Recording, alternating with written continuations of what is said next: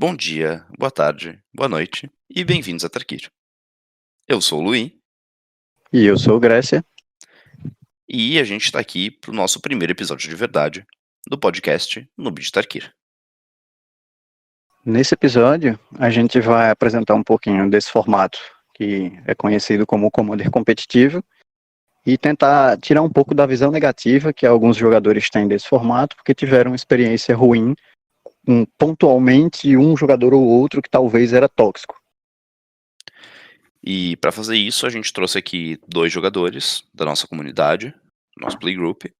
A gente trouxe o Leonardo Folha, que foi quem introduziu esse formato no playgroup, e o Túlio Padula, que joga com a gente também desde o começo.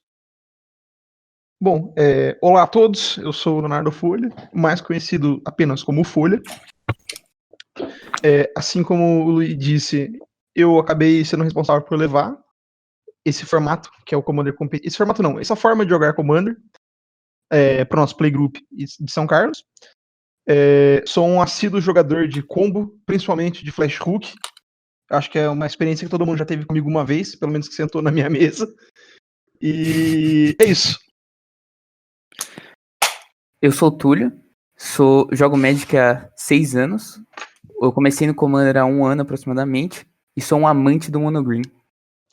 Ele tem todos os monogreens possíveis de ser montados que jogam competitivo. Alguns Sim. talvez nem joguem tanto assim, mas está montado ali, ele joga com a gente e manda muito bem. A pool existe. Bom, agora que a gente fez as introduções, a gente pode começar com o nosso primeiro tópico, que é o o Commander competitivo, o que é o CEDH. Bom, eu vou falar então, qualquer coisa, se vocês quiserem me complementar, vocês podem e me interromper, não tem problema, a gente vai conversando. De boa.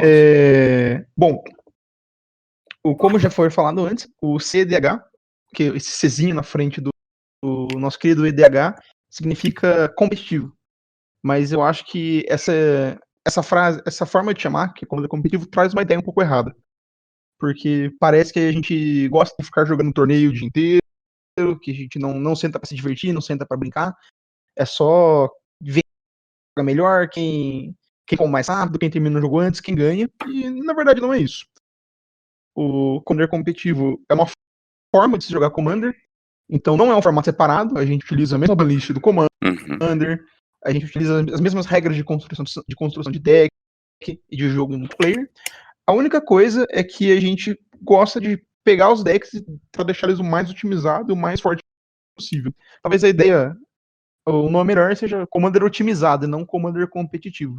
Algumas das principais diferenças dessa forma de jogar tá no fato de que assim a gente não tem uma regra número 0, né? Porque muita gente que joga Commander mais casualmente ou que não joga com os decks otimizados, geralmente nos playgroups às vezes tem alguns tipos de estratégia ou umas cartas que não são muito bem vistas, ou mesmo porque a galera não gosta muito de jogar com ou jogar contra.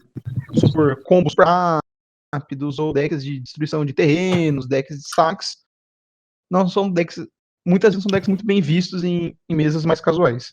Já nas mesas de CDH, tudo que não estiver na banlist vale. Então a gente não tem jogo limpo e pode jogar. A gente vai tentar combar o mais rápido possível, ou travar o oponente o mais rápido possível para ele não combar antes da gente. Destruir terreno vale, staxear o jogo vale, combar no turno 1, no turno 2 vale. É tudo jogo limpo. Tudo dedo no olho, tudo gritaria. Exatamente. E a única coisa é que muitas vezes isso traz um pouco de mal olhado pro formato. Sim, o formato às vezes é um pouco mal visto, exatamente porque eu não vou dizer que todos os decks do formato são combos, mas a maior parte deles tem um combo para fechar o jogo. Então, a maior parte dos decks vai um combo, muitos decks são realmente conseguem travar o jogo rápido. Então tem algumas coisas que faz com que o formato não seja tão bem visto. E nesse episódio de hoje do podcast a gente vai tentar depois explicar melhor um pouco isso. Eu acho que o Grécia queria acrescentar algumas coisas a respeito do formato também.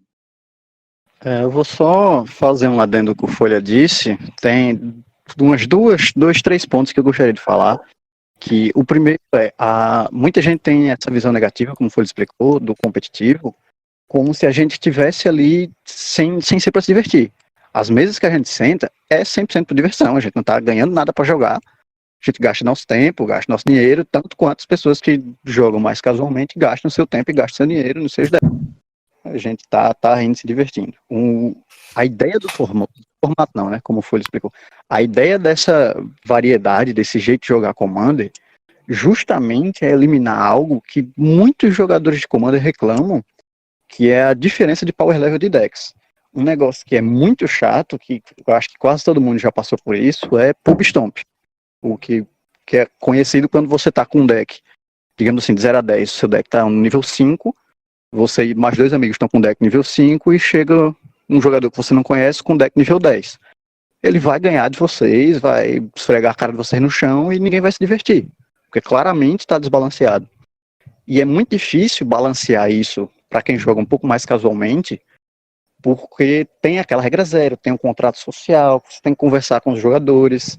É um pouquinho mais complicado porque você não consegue definir o que é um deck. É muito mais difícil você dizer, meu deck é um 5, meu deck é um 6, meu deck é um 7.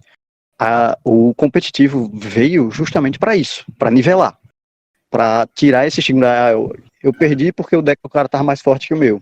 A ideia do competitivo é essa, é você tirar qualquer barreira. Todo mundo vai ter acesso a todas as cartas, todo mundo tem acesso a todas as estratégias, todo mundo tem acesso a tudo, e cada um que faça o pior. O que você conseguir fazer de melhor com a sua capacidade, seu conhecimento de carta, seu conhecimento de jogo, tudo é válido. Então, isso é um ponto muito importante para mim, que é levantar essa barreira, tanto que muitos playgroups de Commander competitivo não são contra proxy, um negócio que geralmente às vezes até mal visto no casual, mas como a gente só quer nivelar tudo ao máximo, a gente só quer ver o melhor que todo mundo pode fazer. Então, proxy muitas vezes é liberado.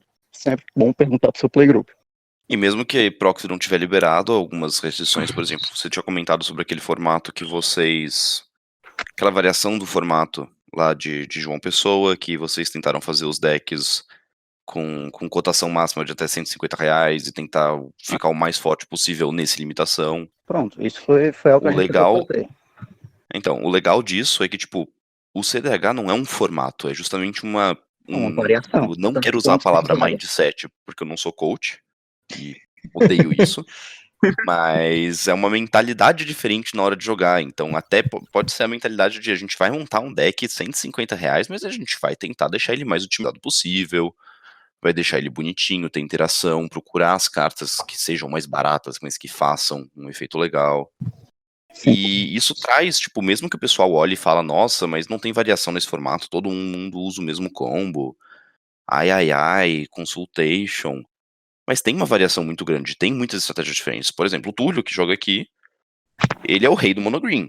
Daí o pessoal pode olhar de fora e falar, caralho, só joga de monogreen. Caralho não, porque o YouTube vai me desmonetizar. Caramba, ele só joga de monogreen. Carambolas? Carambolas, mono verde. Mas cada um dos decks deles tem uma estratégia diferente. E eu acho que isso daí é o que você pode falar, Túlio. Tipo, É mesmo eu você. possuo 3 decks em Uisan, Marine e Selvala. A Selvala, em especial, é um deck mais de bichão. A Marine são mais criaturinhas, elfinhos. E o Uisan é um tutor, é bem diferente dos outros monogreens. E é importante pontuar também que no podcast a gente vai tentar trazer opções budget, se você não gosta de proxiar os decks, para vocês terem aí a oportunidade de jogar esse tão querido CDH. Porque não é porque eu não tô com grana agora que eu não posso querer me divertir com esse formato. Tipo, eu não tenho grana pro Mana Crypt. Tudo bem, dá uma olhada nessa lista aqui, não vai nenhum Gaia's Cradle, não vai nenhum Mana Crypt, mas ela consegue chegar pau a pau com os decks. Eu lembro da gente, numa época a gente apanhou de um deck de 150 conto do Grécia jogando com os decks otimizados. Isso é um conceito que é muito bom explicar para os outros, que não é porque o deck da outra pessoa é mais caro, que ele é automaticamente melhor que o seu. E lembrar que muita gente não tem dinheiro para dar 700 conto numa Mana Crypt, 500 conto que seja. Tem muitas cartas, Mana Crypt, Gaia's Cradle, que são luxo, não só para mim, para você, como para quase todo mundo. E é um luxo que não vai mudar tanto seu deck, algumas coisas. Tem alguns que fazem certa diferença? Fazem. Mas aí entra aquela coisa, né? São 100 cartas únicas. A chance de você comprar elas é relativamente baixa, mesmo nesse formato que a gente compra mais cartas, a gente tutora mais coisa.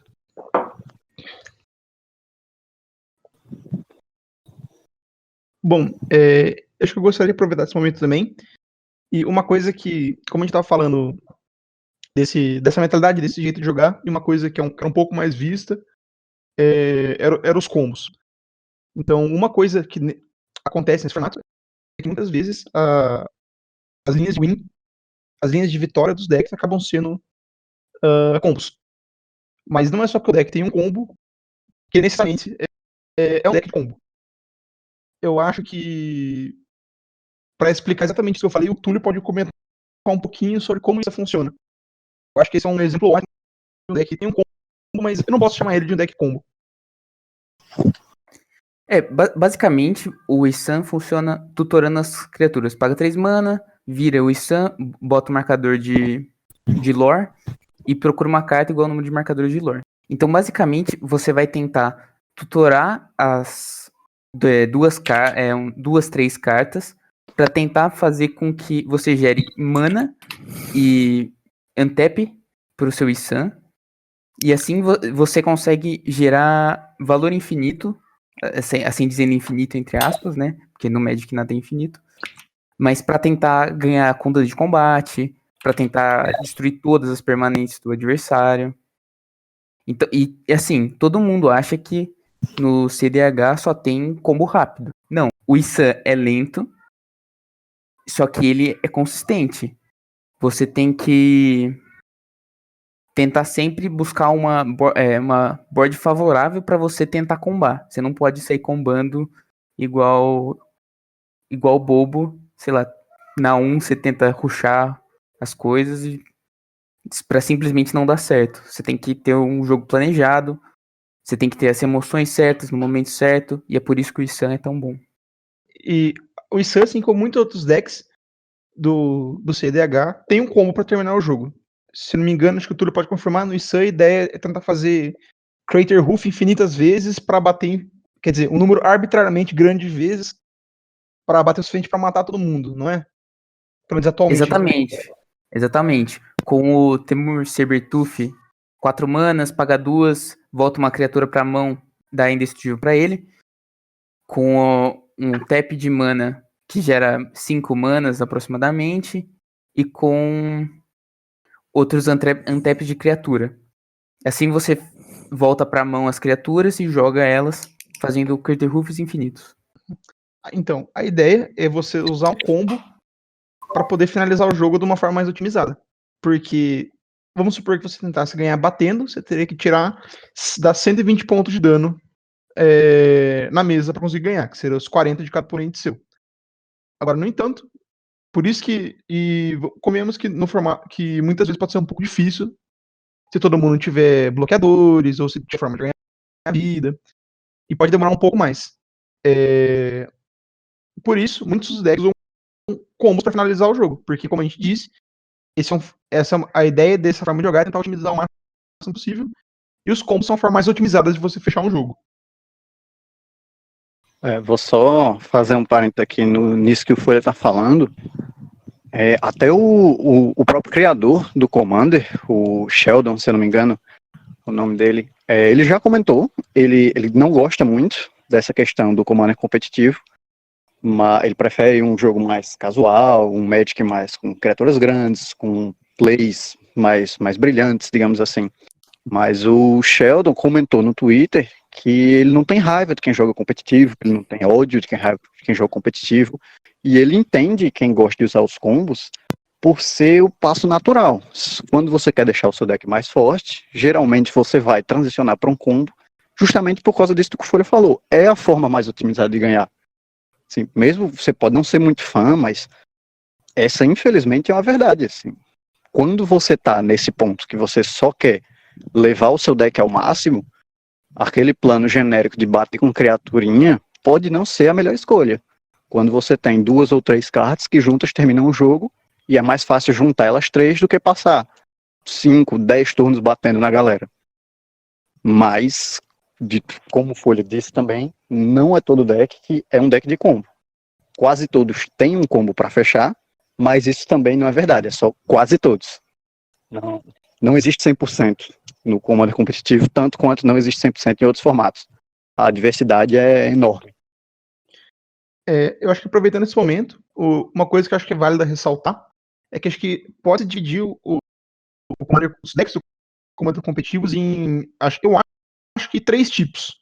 São os decks proativos, que a ideia, aí sim, são decks que eu chamaria de decks de combo, que tentam fechar o jogo o mais rápido possível, antes que os oponentes consigam estabelecer uma mesa, ou consigam fazer o combo deles, ou consigam parar esses decks. Existe no outro ponto do espectro os decks Reativos. para tentar parar o seu oponente. Então, esses são os decks que muita gente conhece como os decks de stacks, que, assim como já foi falado, muitos deles têm um combo para finalizar o jogo, só que é um combo mais lento.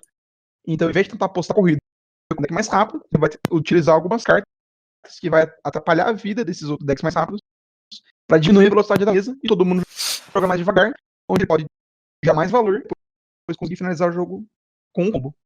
Existem os decks adaptativos, que estão em algum termo dessas pontas do espectro.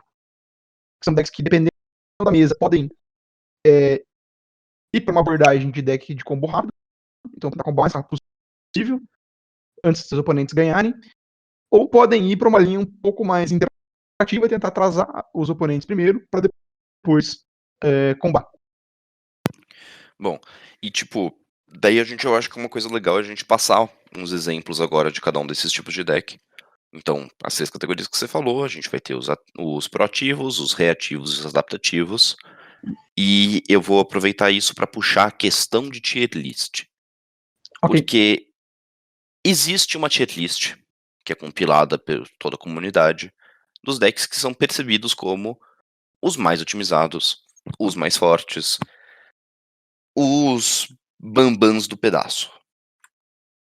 A gente vai ter, por exemplo, a combinação de traços e Tymna. Esses dois, pela genericidade deles, porque eles são muito. Eles não têm nada de ultra definido no jeito de jogar. Eles são extremamente versáteis. Eles têm acesso a 4 cores do formato juntas, só não tendo acesso ao vermelho. E eles permitem que você use diferentes estratégias dentro deles. Por isso que eles são percebidos como, entre aspas, os melhores tier 0. Porque eles são muito versáteis, dá pra fazer muitas coisas com eles, além do traço ser uma win con por si só, porque gerando mana infinita você consegue comprar o seu deck inteiro com ele, e ter todas as opções que você quiser na mão, ou ganhar usando algum efeito de, se você não tiver mais cartas no seu deck, você ganha no próximo draw. Isso faz com que eles sejam percebidos como, é muito forte. E aí depois você tem outros tiers, com decks vistos como tier 1, tier 2, tier 3, só que não necessariamente por um comandante ser de um tier mais baixo que o outro, significa que ele vai ter menos chances de vitória nessa partida. Porque o que importa depois é o jeito que você monta o seu deck, o jeito que você otimizou ele e o jeito que você vai jogar o próprio jogo. Exemplos de decks proativos populares, eu acho que a gente pode citar então O Hulk na sala. o Hulk, os decks de Flash Hulk, sim, como o Folha pode explicar um pouco melhor sobre eles. Bom, eu acho que muitas vezes essa é a primeira experiência que o pessoal tem com o comando competitivo. Não no sentido de decidir jogar competitivo. Algumas vezes você pode estar jogando no seu playgroup e chega alguém pra jogar, o deck do cara mata, comba todo mundo no início do jogo. Esse é um deck que pode fazer isso, e esse é um deck que muitas vezes traz uma visão ruim pro formato, porque algumas pessoas têm essa experiência de serem estompados pelo deck, mas não pra um cara que tá jogando Commander competitivo, e sim pra um cara que tava fazendo pub stomp. Porque ele trouxe um deck que ele sabe que é muito mais forte pra mesa. Bom, esse deck, os decks de Flash Hook podem ser construídos com vários comandantes. Atualmente, a versão mais forte é com traços de Tymna, como o Luiz falou. E a ideia, eu acho que não vou explicar o deck inteiro, mas em linhas gerais, a ideia do deck é você fechar o jogo o quanto antes com um combo de 2 cartas, que é uma mágica instantânea chamada Flash, que permite com que você coloque uma criatura da sua mão em jogo, e depois ou você paga o custo de mana da criatura reduzido em 2, ou ela morre. Então, a criatura entra em jogo, você tem que pagar o custo não, senão ela morre. Junto uma carta, Protean Hook, que é uma criatura que custa 7 manas, mas você nunca vai conjurar ele, então o custo de mana é um pouco irrelevante. Que quando morre, você pode procurar no seu deck por um número qualquer de criaturas que juntas somem 6 de mana. Então o que acontece é, o jogador de Flash Hook usa a mágica instantânea Flash, coloca essa criatura, o Protean Hook, na mesa, escolhe não pagar o custo de mana, a criatura morre, e daí, com esses 6 de custo de mana, ele pega um combo que finaliza o jogo. Atualmente, ele pega tem 2 linhas de combo principais. Uma utiliza um combo do Legacy chamado Cephalad Breakfast, que são 2 criaturas, uma criatura que custa 1 de mana, que tem uma habilidade que você pode pagar 0 manas para redirecionar um ponto de dano dele para a criatura alvo, que, explicando melhor essa habilidade, seria o próximo 1 ponto de dano que seria causado nele é causado na criatura alvo, ao invés disso, ou seja, você não precisa ter dano para utilizar essa habilidade. Uma outra criatura da pilha é o Ilusionista Cefálido, que custa 2 manas. Sempre que ele é alvo de uma mágica ou de uma habilidade, você tem que colocar as 3 cartas do topo do seu deck no seu cemitério, ou seja, você tem que milar 3.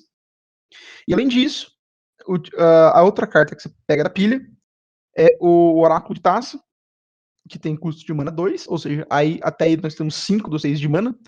Esse 1 ponto de mana, esse 1 de mana que fica sobrando é um slot flexível, vamos dizer assim, pode trazer alguma coisa para proteção ou não é necessário pegar essa outra criatura. E o Oráculo de Taça, quando entra em jogo, você vai olhar X cartas do topo do seu deck, sendo X igual ao número de símbolos de mana azul entre as permanentes que você controla. Então, no caso, no momento seriam 3, que são 2 do Oráculo de Taça, mais 1 do Ilusionista Cefálido. E depois de olhar essas X cartas, você pode colocar até uma delas no topo do seu deck, o resto você manda pro fundo, e depois disso, se X for maior ou igual ao número de cartas que você tem no seu deck, você ganha o jogo. Ou seja, o que acontece é, essas criaturas vão entrar, vai desencadear a habilidade do Oráculo de Taça, com a habilidade na pilha, você dá alvo do Ilusionista Cefálida, você dá alvo no Ilusionista Cefálida com o Nômade Zincor, até o seu deck inteiro for parar no cemitério, e você ganha o jogo com a habilidade do Oráculo de Taça, porque você tem 0 cartas no deck. Esse é o combo principal, essa é a linha principal que eles puxam atualmente. Uma outra linha que pode ser puxada é substituir essas 2 criaturas pela Spell Seeker, que é uma criatura que quando entra em jogo custa 3 de mana, e quando entra em jogo você pode colocar no seu deck para uma instantânea feitiço de custo 2 ou menos e colocar na sua mão. Você usa ela para pegar Demonic Consultation ou Tainted Pact, que são cartas que você pode conjurar e vai exilar o seu deck inteiro. Então você exila o deck, depois deixa o trigger resolver, o Oráculo de Taça, e você ganha o jogo. E são decks extremamente rápidos, porque você precisa apenas de 2 cartas e 2 de mana para ganhar um jogo em qualquer momento. Então, qualquer momento que você tenha 2 manas abertas, você está mostrando uma vitória. As outras pessoas da mesa têm que tomar cuidado com isso. E, se eu não me engano, é um deck que depois muita gente fez os Goldfishes, que seria jogar com o deck sozinho para testar. Eles viram que o deck mata consistentemente no turno 3 ou antes. Então é um deck extremamente rápido. Outros exemplos, a gente vai ter o Godo, que é um deck mais agro, que foca em castar o comandante e ganhar com combates infinitos. A gente também tem o deck da Angie, que foca em loucura, na mecânica de loucura, então comprando cartas do deck até achar uma resposta, um jeito de gerar mana infinita, achar um combo. E também outro muito popular é o Gitrog, que tem o combo mais complicado do formato inteiro e que a gente não vai perder 20 minutos pra tentar explicar e ficar confuso. Fora isso, a gente também tem decks que vão ser a gente tem os proativos, a gente tem os reativos, que vão ser, como exemplo principais, os decks de controle, de stacks. A gente vai ter, por exemplo, Baral, o Agostinho, Augustinho, isso, Derevi é um deck muito reativo também. sim. São Nivarum decks também que é não vão criativo. tentar ganhar de cara. Eles vão ficar lá, estão na boa, estão na deles. Vão tentar E não deixar os outros se alguém ganharem tentar primeiro. ganhar, não deixa os outros ganharem, até todo mundo acabar com os seus recursos e eles conseguirem. É, Bom, agora é minha vez. Vou pra frente. basicamente, só para dar uma simplificada geral, os decks reativos, eles querem modificar um conceito muito importante do jogo, que é a velocidade. Enquanto os proativos colocam a velocidade do seu deck lá em cima ao extremo para tentar ganhar antes das pessoas conseguirem interagir, os reativos, sabendo que não tem essa velocidade, querem nivelar a mesa. Eles sabem que se for mais para o final do jogo, eles têm vantagem, eles ganham. Se você tentar competir digamos assim, no late game com um deck reativo, você perde. Porque o deck dele está montado para ganhar naquela etapa de jogo. Então eles fazem com que os outros decks da mesa percam a velocidade que é tão importante para eles. Seja com stacks, seja com counter spell, com anula, seja destruindo land, da forma que for. A ideia deles é não ser rápidos, mas também não deixar que os outros decks consigam ser rápidos. E por último, a gente vai ter os adaptativos, que são decks que, dependendo da situação, eles podem jogar sendo mais proativos, tentando ganhar de cara. Eu consigo uma mão rápida, eu vou tentar, vou ganhar. Ou eu vou jogar pra trás, segurar, controle. Não vou deixar você fazer isso, vou reduzir o passo do jogo. A gente tem, nesse caso, por exemplo, o meu próprio deck, que é a Nagila, que é um deck focado em bater, gerar bastante valor no combate, que pode ficar pra trás, botar uns bichos que reduzam interações, então coisa que impede artefato de funcionar, fica quieto, dá uns draws, ou pode simplesmente tentar combar, gerar guerreiros infinitos batendo e ficar nisso. Outras opções, outros exemplos de adaptativos, a gente tem, por exemplo, o deck do Momirvig, que é um que a gente chama de um toolbox.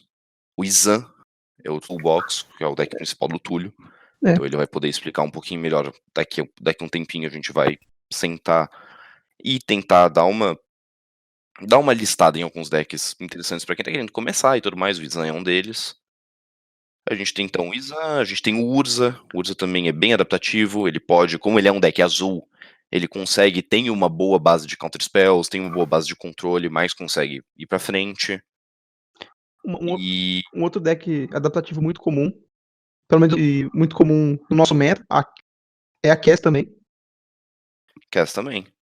Outro deck que é bem um toolbox de spells. Você joga tudo que você quiser no grave e abusa da habilidade dela pra sempre ter a resposta certa na situação certa, ou tentar forçar um combo rápido também, que é possível na mesma lista.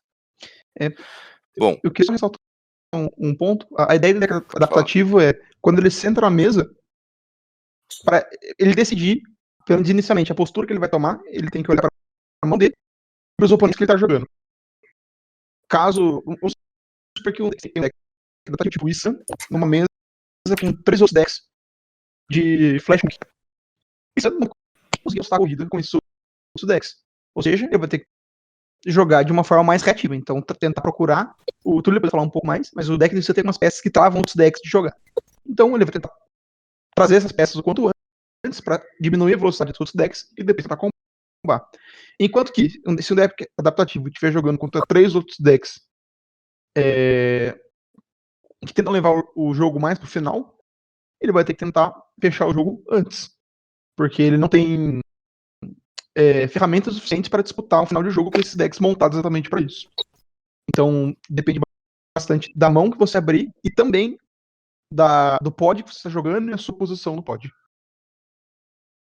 agora então, porque a gente tem essa base de tipos de playstyle explicados, a gente pode tentar também falar agora de, pô, acabei de começar, tô tentando migrar um pouco do formato mais casual e tentar jogar isso. Por onde começar? Qual é um jeito bom de começar? Porque como a gente falou antes, eu não quero porque meu playgroup não deixa proxy, e eu não tenho grana pra montar um deck 5 cores, todas as Fatlands, todas as Shocklands, todas as duais, mais os artefatos caros. O que eu posso fazer?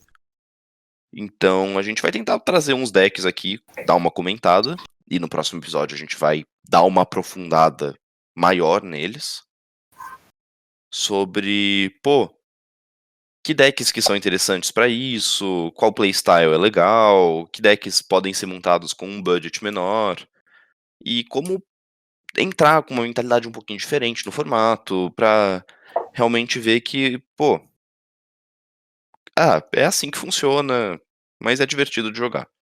Eu vou deixar a palavra com o Grécia, que ele entende bem dessas coisas. Então, uma das grandes barreiras que as pessoas acreditam que existe para o competitivo é a financeira mesmo, é dinheiro. E gastar dinheiro com cartinha machuca o bolso. Todo mundo sabe esse sentimento.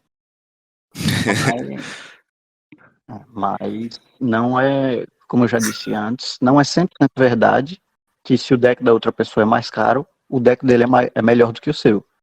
Tanto que deram um exemplo que eu tentei montar na minha cidade uma ligazinha onde todo mundo montava decks de até R$ 150. E quando eu terminei minha lista, eu gostei muito dela e continuei jogando com ela mesmo contra outros decks, com uma faixa financeira, uma faixa monetária bem maior. E mesmo contra esses decks, como minha lista estava muito bem montadinha, estava bem fechadinha, interagia muito bem internamente, cartas entre si, eu ainda conseguia ganhar bastante, muito mais que deveria para um deck de R$ 150, digamos assim. É mais lento do que poderia ter sido, porque o fator definitivo do que você pode fazer gastando mais dinheiro é comprar coisas que deixem o deck mais rápido. Isso é uma Mas coisa... era mais lento, mas não é por isso que era mais fraco. Exato, pronto. Uma coisa que eu sempre digo pra gente que tá querendo começar no formato, para as pessoas que eu monto deck para os outros, monto bastante deck para os outros, é isso, sim. Saiba suas limitações. Você não tem dinheiro para uma mana crypt, uma mana vault, essas pedras de mana, que são os maiores aceleradores do formato, digamos assim. Se você não tem dinheiro para ter velocidade, você não tem como jogar com uma lista de fast combo, você não tem como jogar com as melhores listas de Storm, porque nessas listas o fator financeiro pesa, você vai precisar dessa velocidade. Mas você pode montar um deck mais adaptativo, você pode montar um deck mais reativo, porque são listas que a velocidade não pesa tanto. É óbvio que você vai sentir falta dessas cartas, porque quando elas vêm, elas ainda assim te aceleram bastante. Mas o formato são 100 cartas, mesmo assim, não é sempre que elas vão vir. Então, sentir falta delas não é necessitar delas. Você consegue jogar tranquilamente sem as coisas mais caras que você poderia ter acesso. E isso acho que é a maior coisa que a gente quer falar nesse episódio, mostrar que essa barreira, ela existe, sim, mas ela é muito mais ilusória do que as pessoas pensam, ela é muito mais flexível do que as pessoas pensam. Você consegue entrar no competitivo, você tem decks de R$ 200, R$ 300 que jogam muito bem no competitivo. Tanto uma lista do próprio Izan, que o Túlio joga, um amigo meu estava querendo entrar, montou uma lista do Izan. Eu acho que era R$ 250. Isso foi finalzinho do ano passado. Ele estava ganhando da gente tranquilamente. Sim. No começo, o povo subestimava ele porque o deck dele era mais barato. Então ficava com aquela mentalidade, meu deck é mais caro, meu deck é melhor. E aí tomava um pau do deck barato dele. Aí a galera começou a respeitar o deck dele. E continuou tomando um pau do deck dele, porque o deck estava muito bem montado, e é um deck que não necessariamente precisa dessa velocidade toda. Você consegue adaptar a sua fraqueza, minimizar a sua fraqueza, para que ela não seja tão aparente. Ninguém olhava pro deck dele e falava, não tem mana crypt, então o deck não vai funcionar. A gente não falava isso porque a gente tava perdendo pro deck dele. Porque a gente tava tendo que respeitar, tava tendo que matar as coisas dele, porque se a gente não matasse, ele conseguia ganhar o jogo. E é isso, tipo, Eu acho, você... Não pode falar? aproveitando, eu acho que, como o Grécia falou, um ponto principal disso de você querer jogar Commander competitivo na budget é você ter um deck que interage. Tem um deck que responde, porque assim como o Grécia falou, a questão de velocidade não vai pesar tanto, e você não vai ter problemas jogando. Então tenha isso em mente se você estiver tentando montar um deck para jogar competitivo. Monte um deck que saiba responder as coisas. Aí você tem que conhecer um pouquinho, tenta conhecer um pouquinho de sua meta para ver o que o pessoal vai tentar jogar. Você coloca cartas que são boas contra os decks do pessoal, para diminuir essa diferença que o dinheiro faria. O melhor exemplo, eu acho, os dois melhores exemplos de deck completamente adaptativos, que se adaptam bem ao seu meta, e que você consegue adaptar eles, tipo, sem precisar de velocidade, são o próprio Izan, que a gente falou agora, e também a combinação, de mais uma vez, uma combinação de parceiros, a Tymna e a Tana, que é o deck que é popularmente conhecido como Blood Pod. O que esse deck busca fazer é usar um monte de criaturas, um monte de encantamentos, um monte de coisas que atrasem o jogo dos outros, que atrapalhem os outros. Então, coisas como Aven Mind Sensor, que é uma criatura, uma ave, ele impede, quando algum oponente for procurar coisas no deck, ele só pode olhar as 4 cartas do topo. O que reduz bastante a efetividade dos decks mais rápidos, que querem ficar tutorando land, tutorar peça de combo, tutorar resposta, tutorar qualquer coisa. Você basicamente não deixa eles tutorarem porque você jogou essa pomba em cima deles. E mesmo que o deck venha a fechar o jogo com combo, porque você tem combo no seu deck, você tem uma win con baseada num combo, um Kikijiki, a sua win con é completamente possível você simplesmente castar a Tana, sair batendo por aqui e por ali, fazer um monte de Saprofita, e no final você tem uma massa crítica de Saprofita que é mais do que qualquer outra pessoa consegue responder, e sai batendo e causando dano e ganhando pelo combate. Com isso você consegue atrasar os outros e se manter na frente, dando os draws com a Tina, gerando corpo com a Tana e fazendo isso. Vocês vão ver o quão gostoso é travar todos os ramps de artefatos do seu amiguinho, que deve custar uns 3 mil reais se ele tiver a base inteira com Mana Crypt, Mox Diamante, os monolitos, usando uma carta, um Collector UF. Vocês vão ver o gostinho disso e ver a dor na cara do seu oponente quando você fizer essa criatura de 2 manas. Ela, só pra quem não conhece, é uma criatura de 1 mana e 1 verde, que tem uma habilidade que não deixa não deixa ativar a habilidade de artefato. Artefatos não podem usar nenhuma habilidade ativada, isso inclui virar pra gerar mana. Então é uma carta que faz assim, todo o dinheiro que seu amiguinho gastou nos rocks do deck parecer um pouco mal gasto às vezes quando ele tá em jogo. Pronto, isso é um grande exemplo do que eu tinha comentado mais cedo. Você tem que reconhecer suas fraquezas. Eu não tenho dinheiro para usar as pedras de mana mais caras, mas eu posso usar uma carta que para as pedras de mana. O Collector UF, ele também para suas próprias pedras de mana. Mas já que você já não tem, você torna o efeito assimétrico. Você está parando só seus oponentes. Você gastou muito menos dinheiro, mas o seu dinheiro foi muito mais bem gasto, digamos assim, naquela partida, pelo menos, porque agora o cara tá travado e você não. O seu deck funciona muito melhor naquela situação. Então, a parte budget do competitivo tem muito isso. Você saber, você ter uma ideia de quais decks você vai enfrentar, para saber como combater eles, como deixar eles mais lentos. Esse cara trabalha muito com artefato. Vou usar as cartas que travam artefato. Aquele cara trabalha muito com criatura.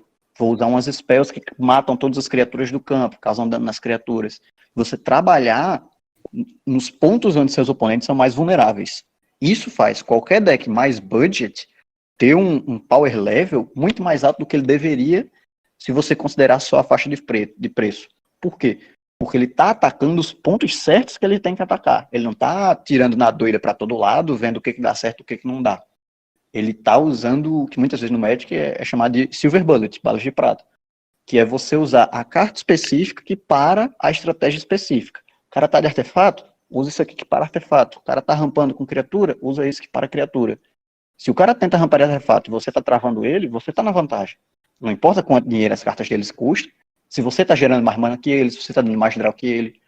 Então, isso é algo que gera muito valor agregado, digamos assim, para as suas cartas. Não valor financeiro, mas o valor de uso delas fica muito alto. Quando você consegue olhar muito bem o que é o seu meta, quais decks você está enfrentando rotineiramente e quais cartas atrapalham mais esses decks. E isso é muito importante quando eu monto umas listas budgets para os outros. E, obviamente, tem partidas que o deck vai travar ou tudo mais, ou o deck mais rápido vai ter um turno explosivo e simplesmente sair na frente de todo mundo mais do que você consiga segurar. Só que até aí, como diriam os franceses, c'est la vie. É a vida, é o Magic, funciona assim. Às vezes, com sorte, você tirou uma mão boa e saiu na frente. E boa. Bora pra frente, bora pra próxima. Não tem que ficar mordido porque, o cara ganhou na 2, nunca mais jogo com a pessoa. Tipo, isso é outro ponto que eu queria muito comentar. Que é tirar um pouco dessa mentalidade de, fulano fez tal coisa. Vou revidar contra fulano, não importa a situação da mesa. Ter uma leitura de mesa que entenda que, tipo, tudo bem, fulano fez tal coisa, mas é o que o deck dele faz. Então, como é que eu posso preparar o meu deck pra lidar com essa situação, ao invés de simplesmente lidar sem pensar muito nisso, ou não querendo lidar e evitando a pessoa. Obviamente, se a pessoa for escrota com você, for babaca de outros jeitos que fora do jogo, tudo bem não querer jogar com a pessoa. Mas isso ajuda a reduzir essas situações de desconforto num playgroup. Isso é um ponto muito importante do Commander quando você sobe o nível, é que ninguém tá ali para ser chato com ninguém tá ali para ser babaca com ninguém. O único contrato social que a gente tem é que vale tudo. Então, assim, eu posso não gostar muito dessa estratégia. Se o cara usou, deu certo para ele, pô, parabéns, pô, a estratégia do cara deu certo, era isso que ele queria. Perdi, próximo jogo. Não é para guardar rancor, não é para guardar mágoa, ele bateu em mim, vou bater nele. Não tem que ver combo como, o cara combou, ele não sabe jogar, tá jogando de um jeito chato, não deveria ter combado. Não tem isso. O combo é uma wincon como qualquer outra wincon. E como eu disse, existem wincons que não são combo. O Blood Pod ganha batendo. A Nagila, que é o meu deck, se o combo não funcionar, a minha wincon secundária é castar o meu comandante e abusar da habilidade dela de criar guerreiros durante o combate pra ganhar batendo. Tinha um deck, pra vocês terem, como combate muitas vezes pode ser uma wincon, tinha um deck no nosso meta de um amigo nosso que jogava de Kaikar. Pra quem não sabe, Kaikar é uma criatura lendária que custa uma vermelha, uma branca e uma azul. É um pássaro que você conjura, aumentando um feitiço. Você faz um espírito branco, um mago que voa, você pode sacrificar um espírito para gerar uma mana vermelha com ele. E aí, o deck 1 que utilizava falando só em linhas gerais rapidinho, utilizava uma carta para exilar dois espíritos que a Kai gerou, para ganhar um combo que possibilitava você comprar o deck inteiro e depois jogar o deck inteiro para ganhar. Só que isso nunca acontecia. Nosso amigo fazia vários espíritos com a Kai, segurava a mesa com counter spells e magias para limpar a mesa e matava a gente batendo com os bichos que voavam.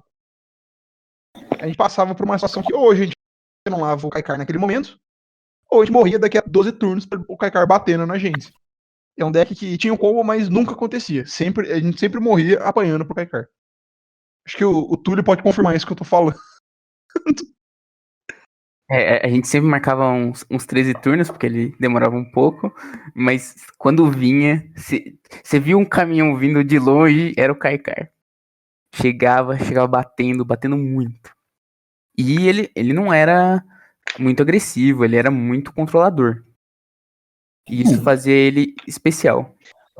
Curiosamente, um amigo meu acabou de chegar para mim e falar: ei, a gente podia montar um podcast de CDH. Eu posso jogar ele aqui na chamada como convidado surpresa e falar: ei, é esse cara aqui? Bora pra frente. Oi.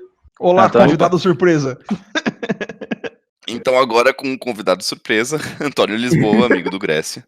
Tá, se apresenta aí, diz o que deck tu joga. Meu nome é Antônio, eu jogo Commander tem uns 4 anos e um tempo atrás Grécia apresentou aí a gente aqui de uma pessoa o Commander competitivo e aí a galera começou a investir bastante. Eu acho que eu fui um dos primeiros a entrar assim nessa onda daqui. Bom, até agora então a gente comentou um pouco sobre o formato, deu uma explicada, e a gente agora estava comentando sobre concepções interessantes para você saber quando você entra no formato, os mitos que a galera espalha um pouco que não são tão verdade, que a gente não joga para se divertir, que combo é a única coisa que ganha, que todo deck é deck de combo, que combo é um monstro. E a Pronto. gente tá dando uma explicada nisso e comentando um pouco sobre alguns decks mais budget friendly, que podem ser boas introduções ao formato, como jogar, assim, métodos de jogar diferentes do que as pessoas podem esperar. Então, eu vou jogar aqui controlando o jogo em vez de tentar ser rápido. E basicamente isso. Antônio pode falar bem disso, porque o deck dele, se eu não me engano, tem 0 combos. Eu sou um dos caras aqui que, na verdade, o meu deck hoje é o que eu comecei a investir. Lá em 2016, quando a gente começou a jogar Commander, uma das primeiras cartas que eu comprei, um comandante que eu comprei que eu queria montar, era o Augustin, o grande árbitro Augustin IV, que na época era um deck W Control. Eu sempre gostei muito desse tema Control e os stacks. Esse controle da mesa foi uma coisa que eu sempre gostei. E desde então eu vinha investindo no deck. E mais recentemente eu transformei o deck num Bunt, na Derevi, e transformei num deck Stacks. Que hoje eu sei que a Derev no cenário competitivo já é um deck meio ultrapassado, mas que eu gosto muito de como ela joga e como ela quebra a paridade de coisas como o Interorb, que é um artefato de 2 manas, que se ele tiver desvirado, nas fases de desvirada dos jogadores, ele só pode desvirar um terreno. E coisas do tipo. E foi um deck que eu gosto muito. Comecei a investir e, assim... E uma das coisas que o Grécia tinha me falado, vocês estavam falando sobre budget, e a galera disse que o deck é caro e tal. E, tipo, hoje meu deck tem um valor, mas eu passei muito tempo montando ele. É uma coisa que você tem que fazer o que você gosta, porque, infelizmente, não os decks não são tão acessíveis assim como um Modern ou um Legacy. Também não são. O Magic, em geral, não é deck acessível. Tipo, você acaba montando com o tempo e vai montando. Isso é outra coisa que muita gente esquece. Pronto, um amigo meu estava comentando recentemente, ele é um cara que tem um deck de seus 5, 6, 7 mil reais, mas é aquela coisa, pô, tipo, ele não comprou de agora. Ele tem, pelo menos assim, que eu conheço dele com aquele deck, 4 anos montando aquele deck. E assim, ele começou com um apanhado de cartas que tinha em casa, tentou fazer essa energia que ele conseguia e era isso. Ele gostava muito do deck e foi investindo. Junta um trocadinho aqui, compra uma carta, junta um trocadinho, compra a próxima carta. Ele estudou muito sobre o deck, leu muito, tem muito conteúdo sobre o deck, ele leu bastante, fez uma lista de prioridade de cartas que ele precisava. Tem essa carta de 700 conto. Mas com 700 conto eu posso comprar essas 10 outras cartas que vão ter um impacto muito maior no meu deck. Então, ele foi construindo o valor total do deck muito devagar. Não é? Muita gente, já vi comentário, que acha que a galera tirou o deck do bolso e já estava pronto, montado um deck que quase sempre isso é. Tem gente com muito dinheiro que faz isso? Tem. Mas a maioria da gente, da galera que joga o Commander competitivo, construiu os decks aos poucos. Começou com um deck mais barato, começou muitas vezes com um deck que jogava no casual, foi subindo um pouquinho o nível, estudou sobre o deck, e até que pegou onde chegou. Tem gente que, por exemplo, eu não gastei tudo de uma vez, mas eu já tinha uma pool montada de várias coisas acumuladas ao longo do ano e montei um deck pra jogar essa semana. Mas aí a pessoa passou os anos montando não o deck, mas acumulando uma pool, juntando coisas. E até se você está jogando dentro de um formato, você começa a adquirir staples daquele formato. Se você vai transitar de um deck para o outro, muitas vezes as staples, se você tiver na mesma cor, já são as mesmas. Você já não precisa mais comprar aquilo. É a mesma coisa que acontece no Modern, por exemplo. Que se você joga Modern, você primeiro começa a investir numa base de mana, e daí você vai transitar o deck. Geralmente é a parte mais cara, é a base de mana, você já tem a base do deck. Você já não precisa gastar mais tanque. A gente tem um exemplo grande disso aqui no podcast mesmo, que é o Túlio. O Túlio, ele montou o Izan, que ele gostou muito do deck, aí deu uma abusadinha, foi montar outro deck, e tipo, ele já tinha boa parte das coisas. Então, tem muito isso. Eu gosto muito de Temur, das cores azul, vermelho e verde. Eu adoro essas cores, qualquer combinação delas. Então, minha pool dessas cores é bem grandinha. Eu tenho muitas coisas de Temur.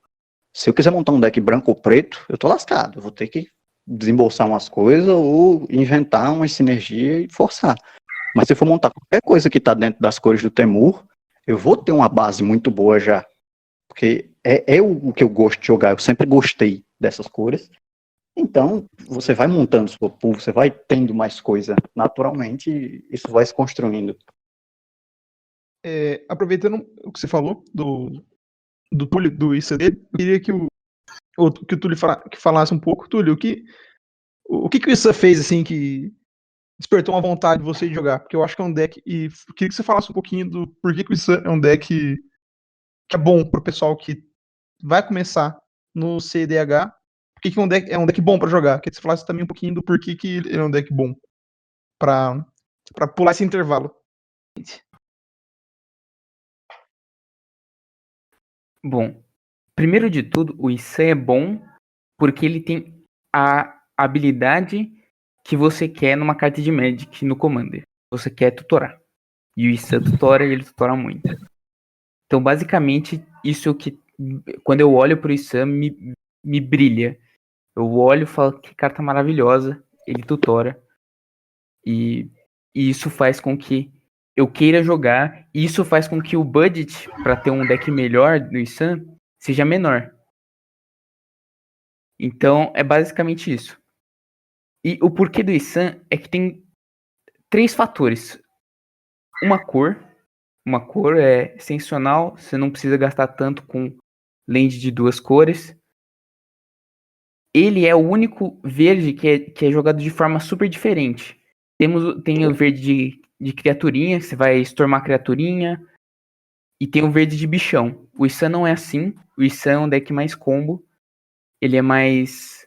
Não é combo. Ele é um deck mais adaptativo. Ele vai comer pelas... ele vai comer pelas beiradas os decks, assim. E você pode tutorar tudo com o Isan. E isso eu acho sensacional. Às vezes você não... O que custa mais no seu deck é o tutor. No Isan não é esse o problema. Porque você pode abrir mão de uns tutores porque você tem ele. Então isso que faz ele ser um deck tão bom. E ele, por muito tempo, foi um do Tier 1 do formato. Ele só perdeu a Tier por causa ele foi atingido ali sem querer, porque do Hulk, que é muito alguns hits presente. bons contra o Hulk, como o Grafdigger's Cage, por exemplo, são muito bons contra o Isan. Mas não é só porque isso ele... é uma coisa... Não é só porque ele caiu Isso. caiu, entre aspas, pra Tier 2 que ele deixa de ser tão forte. Não, tipo, a Tier não necessariamente influencia na partida, porque depende de como você montou o deck. Exatamente. Só pra explicar rapidinho o Grafdigger's Cage, que o Folha falou agora, é um artefato de 1 de mana que faz com que cartas de criatura nos cemitérios e nos decks não possam entrar em jogo, e faz com que os jogadores não possam castar mágicas do seu cemitério ou dos seus decks. O que impede as pessoas de... não de procurar as coisas no deck, mas de usar efeitos que procurem e joguem as cartas automaticamente. Então, por exemplo, o Hulk, que quando morre tutora os bichos e põe em jogo. O Isan, que procura no deck e põe em jogo. Então, Neoform, tudo isso. Exatamente. Por essa carta parar muitas das estratégias populares do formato, ela acaba sendo bastante usada, principalmente para parar o Hulk. E aí o Izan, ele é pego meio que de lateral, assim, meio que um efeito colateral, mas que acaba ajudando bastante. Ele toma Porque dormindo. senão o Izan ficava livre e a gente ia ter tutor na cara o tempo todo. Mas bom, alguma coisa mais a acrescentar, Grécia? Não, eu acho que essa parte tá muito bem explicada. Eu acho que dá uma resumida grande para sair daqui. Seria isso, entender que dinheiro é uma barreira? É, mas não tão grande quanto você provavelmente pensava. Tem decks muito acessíveis e não é porque são acessíveis que são ruins. Eu dei um exemplo antes de um amigo meu, é amigo de Antônio também, Neto, que ele montou um Izan e o que eu estava explicando quando o Antônio não estava, que ele pode confirmar que é verdade, que o povo não respeitava o deck dele, o deck de 200, 300 reais, todo mundo tentando ganhar com seus decks caros e ele ganhava na cara da gente e a gente não conseguia fazer nada. Até que o povo aprendeu a respeitar o deck dele, mesmo sendo um deck barato. Mas falando em Neto, eu acho que é um ponto até bem interessante para falar sobre Seed Age, que é sobre insatisfação com o seu deck. Porque que é importante você conhecer estratégias, do próprio casual mesmo, ou do Magic em geral, para saber o que é que você gosta de jogar. Porque Neto mesmo, acho que uns 3, 4 meses atrás, ele tinha uma Nagila bem fechadinha na Nagila dele, assim, tipo, dentro do budget possível a ele, e ele passou um tempo jogando, só que ele enjoou, porque ele gostava do deck, mas ele não gostava da estratégia, do tipo de combo. Não tinha muita interação. O deck era ganhar e combava, tchau. Ele ficou insatisfeito, vendeu o deck inteiro, disse que ia parar de jogar, mas passou-se uns 3 meses, ele voltou e montou o Izan e passou a gostar de novo e comprou o carro que ele já tinha. Mas pronto, para essa barreira financeira eu acho que é importante mostrar que ela é bem ilusória, que ela não é tão grande quanto as pessoas pensam. E Até porque, assim, desculpa, Grécia, não mas terminei. teve uma época que aqui em João Pessoa teve muito problema com proxy. Não no competitivo, da galera que queria jogar aquele comando mais apurado. Aí a galera jogava o casual mesmo e a galera fazia proxy de carta, um power level muito elevado que ninguém tinha na época. E isso. E aí o Playgroup não gostava de proxy. E tipo, é chato quando você tem um deck que não é feito para ter um power level e o outro cara chega com uma proxy de tipo, eu tenho aqui uma proxy de mana cripto, uma proxy de mana vault, uma proxy daquele, esqueci o nome, um artefato que você paga para desvirar ele, paga para desvirar uma criatura e gera mana infinita, compra carta. Esqueci o nome Steph agora. O Step of Staff Domination. E tipo, isso é muito como eu chato. comentei Mas antes, quando você tá no power level, tipo, é aceitável você usar uma proxy ou outra. É aceitável. Isso o budget já torna muito menor. pronto, é exatamente isso que eu comentei mais cedo, que proxy geralmente as pods, os grupos de CDH são bem proxy friendly, porque pela ideia do formato, você quer ver o quão bem as pessoas montam um deck, o quão bem as pessoas jogam com o deck. E não só ele tem mais dinheiro para gastar nessa carta do que eu. E a questão da diversidade, como comentaram antes, que muita gente acha que é sempre a mesma coisa, que é sempre o mesmo combo, que é sempre a mesma estratégia. E isso, como já foi mostrado, tem decks muito diferentes. Tem os decks proativos, que querem combate, tem os decks reativos, que querem segurar um pouco mais o jogo, tem os decks adaptativos, que vão tentar achar o lugar dele na mesa. Podem ser os mais rápidos, podem ser os mais lentos, eles vão se ajeitar, eles vão, de fato, se adaptando à mesa, vendo qual é o espaço deles.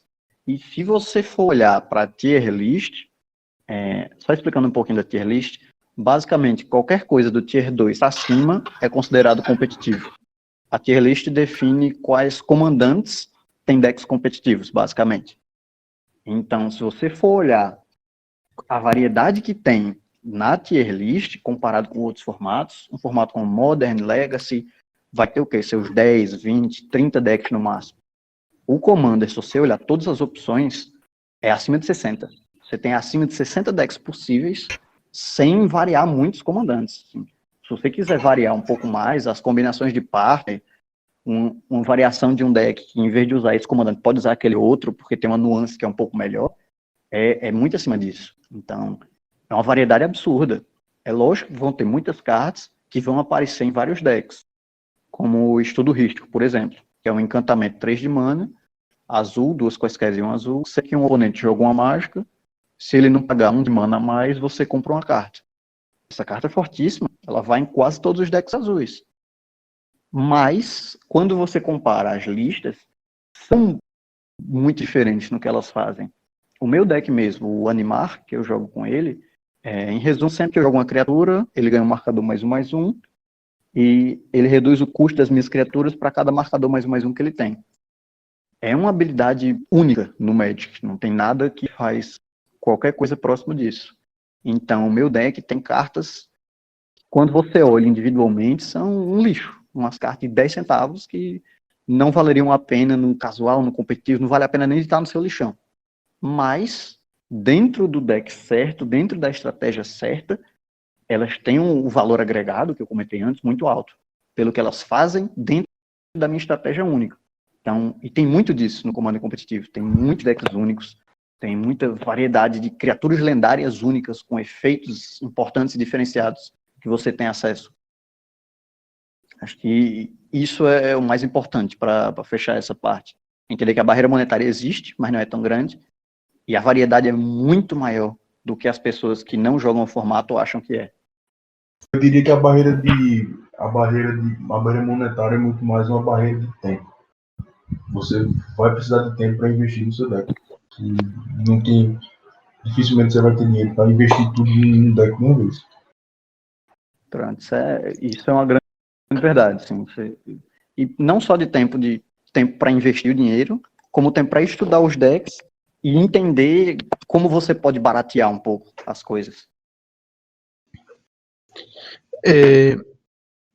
E eu queria aproveitar algo que o Gressa falou, que muita gente olha para o Commander competitivo e acha que a variedade de decks não é tão grande, porque você tem uma tier list e você tem os decks que aparecem mais em mesas competitivas, né? Como Traços Tina, como Tina Tana e alguns outros decks.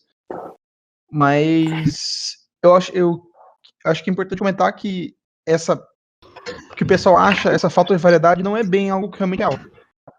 Porque, por exemplo, você pode ver um Traços Tina na mesa e não saber o que o deck faz, porque tem N listas competitivas fortes de Traços Tina. Você consegue fazer vários tipos de estratégia com o mesmo comandante. Traços Tina é um exemplo disso. O Kenrith é o grande rei de Eldraine, é um outro exemplo disso. Então, vários comandantes têm várias estratégias viáveis. E, além disso, não é só porque um deck está no, entre aspas, Tier 3, ou não está ou não é um deck famoso da Tier List, que não pode ser jogado de forma competitiva, que você não pode otimizar e levar ele para jogar em uma mesa competitiva.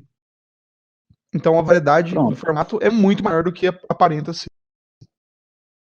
Pronto, um exemplo disso, recentemente revisitaram a tier list e um par de comandantes, que é Pir and Tufi, que saiu em Battle Bond, o verde e azul, eles eram do tier 3, que via de regra não é considerado tão forte. São os decks fortes, mas não competitivos. Eles subiram na tier list e viraram um deck competitivo. Por quê? Porque existiam alguns jogadores que jogavam com eles, achavam que o deck tinha potencial, montaram a lista, refinaram a lista, e ficaram jogando, até que a comunidade percebeu, opa, realmente esses dois aqui estão se destacando um pouco mais do que só um deck forte. Ele é um deck que tem espaço, que se você não der o devido respeito, ele vai ganhar de você. Então, ele subiu de tier e virou competitivo. Isso é algo importante, que também muitas pessoas, mesmo do competitivo, não entendem. Não é porque um deck está abaixo do conhecido da tier list, que ele não é viável. Se o deck for bom e ninguém nunca jogar com o deck, realmente, ele nunca vai estar na tier list. Se o deck for bom, você montou a lista, tá vendo que ele tá dando resultado, posta na internet, conversa com a galera, deixa a lista mais conhecida, se realmente a lista tivesse mérito, eventualmente ela vai aparecer na tier list, ela vai ser um deck conhecido. Então, e mesmo não sendo um deck tão conhecido, você tem certa vantagem. Porque, por exemplo, meu Animar, Em qualquer mesa que eu sente, se as pessoas têm conhecimento do Animar como comandante, as pessoas sabem o que é meu deck, as pessoas sabem como eu ganho, como geralmente eu vou caminhar para a vitória, porque quase todo Animar é igual ou muito parecido. Quando você pega um deck que a gente chama de Rogue no Magic, que é um deck mais desconhecido, um deck mais underground, que a galera não conhece, o povo não tem como se preparar direito. Quando eu jogo o meu deck, é muito fácil para os outros saberem, quando ele jogar essa carta, aí eu destruo o comandante dele para ele não conseguir combar. Quando você está com um deck desconhecido, as pessoas não sabem como interagir bem com você. Você tem essa vantagem. Eu lembro a primeira vez que eu joguei com um amigo nosso, o Rafa, quando ele montou o circo dele. Eu nunca tinha visto um circo na vida, eu não sabia o que esperar do circo. Aí ele mostrou pra gente como funcionava, conseguiu ganhar as partidas e, pô, um deck interessante. Acho que quem faz muito isso, assim, de pegar um deck que a galera não conhece muito jogar, é um amigo nosso aqui, que Grécia conhece, que joga aqui, que é Nicolas. E ele tem um dos decks que eu acho que tinha muito potencial para estar mais alto na tier list do Seed Age, que é o Neheb de War of the Spark. Dreadhorde Champion. Um combate É o infinito. Dreadhorde Champion. A gente... Um amigo nosso aqui em São Carlos montou ele uma época, mas desanimou rápido. Não, o de Nicolas, ele investiu assim bastante no power level e é um deck que muita gente, até assim que joga assim, gosta de jogar as mesas competitivas, não conhece o deck, ele vai jogar, deixa ele dois turnos batendo, quando acabou o jogo. Já foi dele turno 4 ter mana infinita e combate infinito, quando acabou o jogo. Esse deck do Nicolas é um exemplo grande de um deck que não foi respeitado. Eu vi várias vezes, objetivamente falando, você consegue ver que é um deck que é mais frágil que outras opções que você poderia montar dentro, mesmo do próprio Mono Red. Você tem opções mais consistentes, mais resilientes. Mas o Neheb tem uma variaçãozinha que, se você gostar, você pode capitalizar nessa nuance dele. E foi o que o Nicolas fez. Ele gostava muito mais do Neheb que as outras opções, montou. A galera não respeitava o Neheb dele, porque era um deck desconhecido, porque era um deck que focava um pouco mais no combate, que era um deck que não tinha as coisas clássicas que a gente vê nos comandantes. Não é um deck que tutora, não é um deck que ganha com mana infinita. E aí o povo não sabia o que o deck fazia. Até que deixaram ele fazer o que ele fazia, porque ninguém respeitou, ninguém interagiu com ele, e o povo começou a perder, muito, para Nicolas.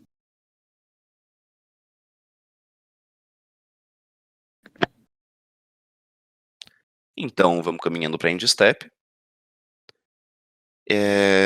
Para resumir tudo, então, que a gente falou hoje, o CDH não é esse mundo impossível de se entrar como muita gente pensa. Não é um mundo tão cheio de monstros ou inimizades. Isso. Eu vou deixar essa parte na edição e vai ficar bom. E é isso. No próximo episódio a gente vai tentar trazer os mesmos convidados. Então, Antônio, você também está convidado para o próximo episódio. E eu quero dar uma mergulhada maior em todos esses decks que a gente comentou aqui hoje. Então, Izan, eu comentei sobre o Godo, a gente comentou sobre o Pirituf agora no final, eu acho interessante, Momir, talvez falar desse Neheb, e algum outro que talvez venha na nossa cabeça. Então, um episódio focado em listas de deck, listas de combo, e vai ser um episódio com isso, a gente vai listar tudo e vai ter as listinhas bonitinhas na descrição do vídeo para vocês poderem acessar, quem quiser. E basicamente isso. Em Tarkir, cães já reinaram, depois foram dragões, mas agora são os noobs.